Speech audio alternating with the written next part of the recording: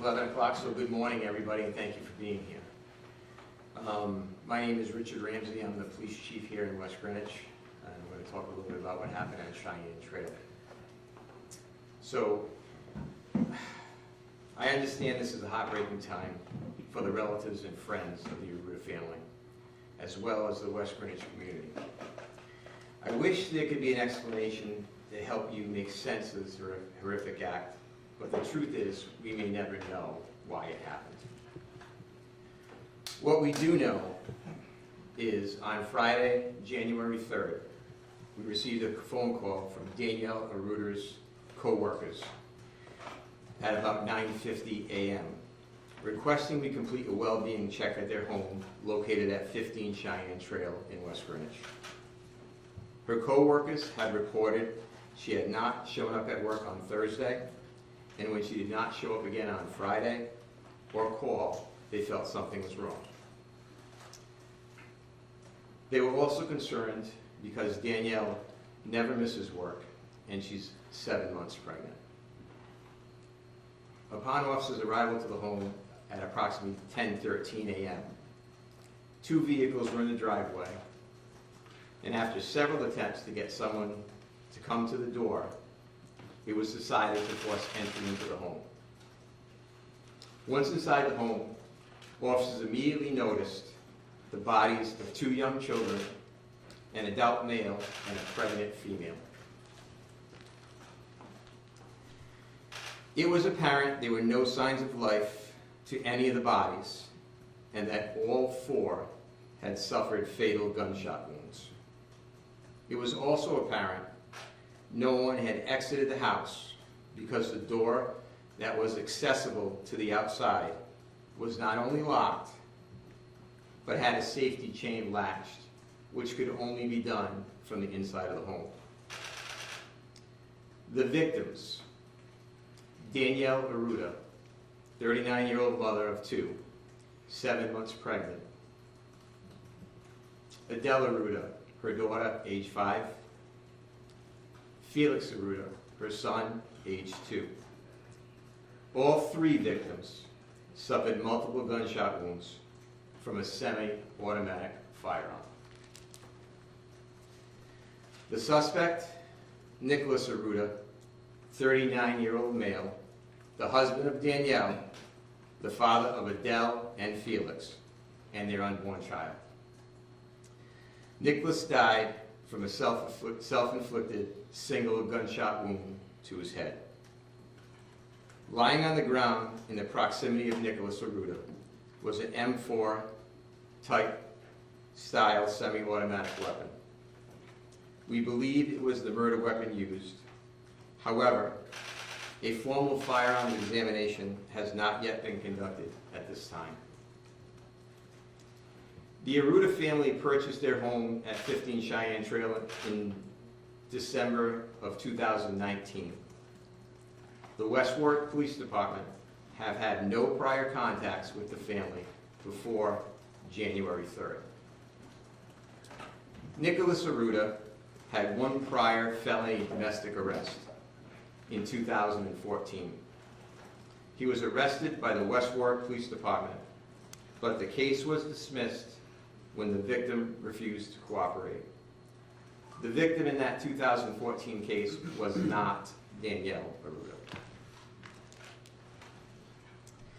The investigation to date has not yielded any explanation or clues as to why Nicholas Arruda committed this horrendous crime against his family before taking his own life. I would like to say this was a joint investigation that was conducted by the West Greenwich Police Department with the assistance of the Rhode Island State Police Forensic Sciences Unit and their Major Crimes Division. At this point, I'll take any questions that you might have. Can you please spell the last name of the victims? Arruda. Can you also spell the children's names as well, please? Sure. Just want to make sure I get them correctly. Adele, Adel, age 5, and Felix, Felix, age 2. Chief, when do you believe that this happened?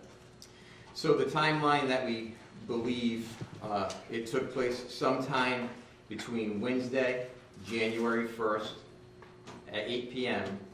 and Thursday, January 2nd at 5:20 a.m. There was a neighbor that told the local TV station that he heard what he thought were popping sounds early Thursday morning. Any thought on that? So we have some conflicting statements from different neighbors. Some neighbors say they heard the popping sounds, which they thought might have been fireworks or gunshots. That occurred on the 1st between 8 and 9 p.m. And other neighbors indicated between 5 and 5:20, between 5:20 and 5:21 a.m. on Thursday morning. So that would be the timeline that we have. We do know that Danielle was last known to be alive on January 1st at 4:49 p.m. when she purchased pellets for her pellet stove at the Home Depot. We have that receipt indicating that was located in her purse. There was a vehicle in the driveway with New Hampshire plates. Does that play in any way? Or? It does not play into the case at all. It was a vehicle that was borrowed because her main vehicle was not operating very well at the time, so she borrowed that. There was no note left. There was no note left at all. And on Friday morning, when you came out definitively and said, there's no threat to the community, people were wondering about that, but it sounds as though when West Greenwich Police entered, the chain would show that no one had left the residence. Is that accurate? That is accurate. Also, there was another door, but the other door was completely cluttered, and there was no way anybody could have went in and out that door without moving the stuff that was in front of it. The fact that she was 7 months pregnant, does that actually make the total of deaths here 5 people? It would.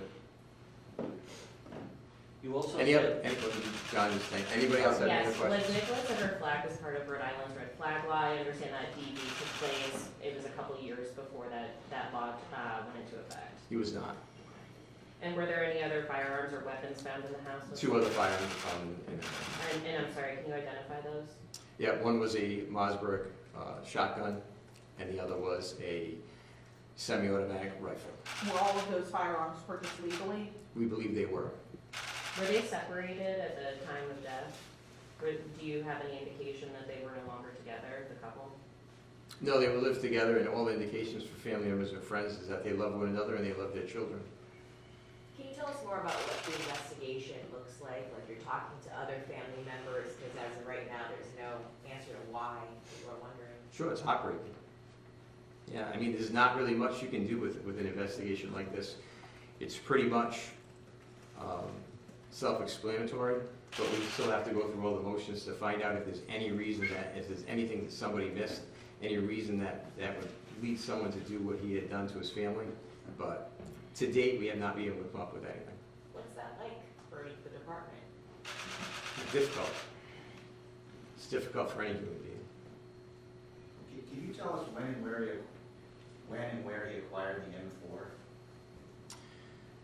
So, I believe it was 2018. We're still waiting for the ATF traces have come back, but we're still waiting for some more information. But it was 2018, I believe.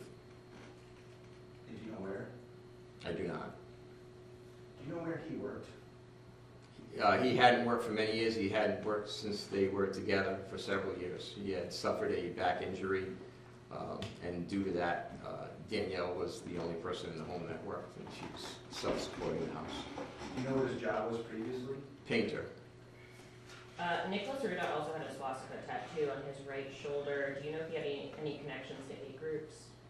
We do not. What was the family dynamic like? Like he was at home with the kids, were they in school? So one was 2, one was 5. He was homeschooling the children at home. He was a stay-at-home dad who was homeschooling the children at home from what we've learned. Chief, do you have a working theory on what was taking place in the home, right, just prior to this happening? So we do not. They were all dressed in their pajamas, so other than that, there's nothing that would explain why this took place. But I meant, were they found sleeping, or were they in the home, somewhere else in the home? So the home is an open floor plan. We can tell you that when we entered the home, they were all very visible to us. When we went into the home, and out of respect for the family, I'm not going to get into particulars on that. Were there signs of a struggle? They were not.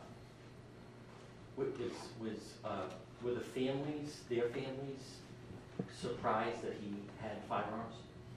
No, they all knew they had firearms. He had a firearm safe in the home. No one had any concerns over the fact that he owned firearms.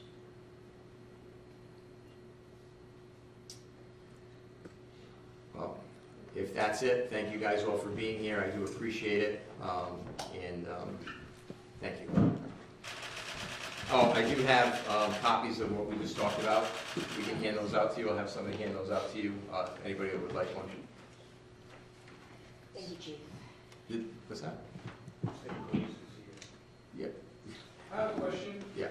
Was there anything that he did digitally that might have indicated a motive? No. No. So thank you very much. We appreciate your time.